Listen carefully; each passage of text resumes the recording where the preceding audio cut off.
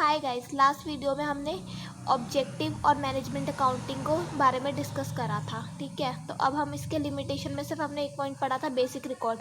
अगला क्या है? Management accounting is only a tool. Management accounting क्या है? ये सिर्फ एक टूल है, हम इसे रिप्लेस नहीं कर सकते या इसकी जगह कोई और चीज़ लेके नहीं आ सकते कि हाँ भाई चलो इसको रिप्लेस कर देते हैं, या इसका कोई सब्सिट्यूट नहीं है। सेकेंड थिंग क्या है इसमें? Costly installation. मैनेजमेंट अकाउंटिंग को इंस्टॉलेशन का जो कॉस्ट है वो बहुत ज़्यादा है, तो ये सिर्फ कौन सी फॉर्म बियर कर सकती है? जो लार्ज फॉर्म है वो। फिर अगला क्या है? Wide scope. मैनेजमेंट अकाउंटिंग का स्कोप क्या है? काफ़ी ज़्यादा है, बहुत बड़ा है, वाइड स्कोप। रेसिस्टेंस। फिर अगला आता है रेसिस्टेंस। रेसिस्टेंस में क्या होता है? Installation of management account system involve basic change in organisation, setup new rules and regulation required to frame. ठीक है, इसमें क्या होता है रेसिस्टेंस में कि मैनेजमेंट अकाउंटिंग को इंस्टॉल करने में हमें काफ़ी चीज़ें चेंजेस करने पड़ते हैं, रूल्स एंड रेगुलेशन नए वगैरह और भी काफ़ी चीज़ें चेंज करने पड़ते हैं। तो इसलिए इसका एक लिमिटेशन क्या हो गया? रेसिस्टेंस। तो हमारा लिमिटेशन ख़त्म हो गया। अब हमारा अगला क्वेश्चन क्या है? Explain distinction between cost control and cost reduction. Cost control और कॉस्ट रिडक्शन के बारे में बताना है। ठीक है, तो सबसे पहले कॉस्ट रिडक्शन की बात कर लेते हैं। कॉस्ट रिडक्शन क्या होता है? Cost reduction is a technique use to economise the unit cost without lowering the quality of product. इसमें क्या होता है? कॉस्ट रिडक्शन एक ऐसी टेक्निक है जिसमें हम यूनिट कॉस्ट को कम करने की कोशिश करते हैं। ठीक है, लेकिन क्वालिटी के साथ कोई कॉम्प्रोमाइज़ नहीं करते। क्वालिटी सेम वही रहेगी, जैसे पहले हम क्वालिटी मैन्युफैक्चर करते हैं सेम क्वालिटी वही रहेगी, बट यूनिट कॉस्ट को हम कम करने की कोशिश करते हैं। फिर अगला क्या है? Cost reduction use to reduce the unnecessary expense during the production. Cost reduction का क्या एम होता है कि जो भी फालतू के खर्चे या अननेसेसरी एक्सपेंस है वो कम से कम हो प्रोडक्शन के दौरान। ठीक है, फिर अगला है cost reduction is defined as the real and permanent function in cost of goods manufacture.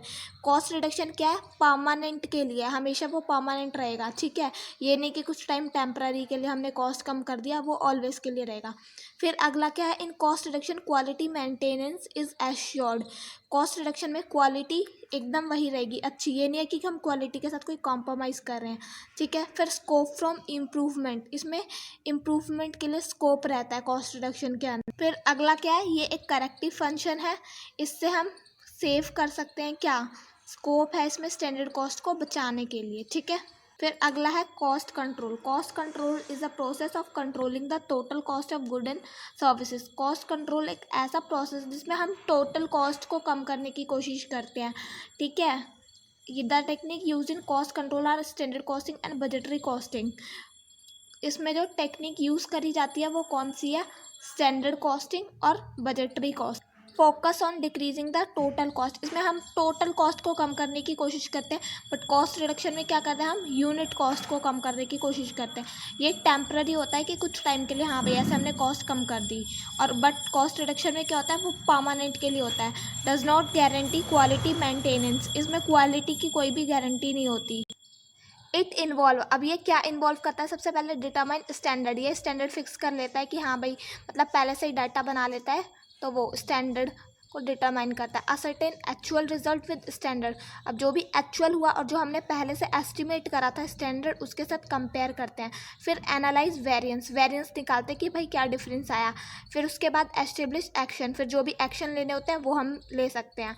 ये क्या है? एक प्रिवेंटिव फंक्शन है। अब टूल्स क्या है कॉस्ट रिडक्शन और कॉस्ट कंट्रोल के? पहला हो गया budgetary control, standard costing, quality control, variance analysis, inventory control, operational research. ये सारे टूल्स हैं। ठीक है, तो ये दोनों क्वेश्चन आपके बहुत ही इंपॉर्टेंट थे थ्योरी पॉइंट ऑफ व्यू से। अब एक नेक्स्ट क्वेश्चन बचा है, उसके बाद आपका ये चैप्टर फिनिश हो जाएगा। Okay, thank you.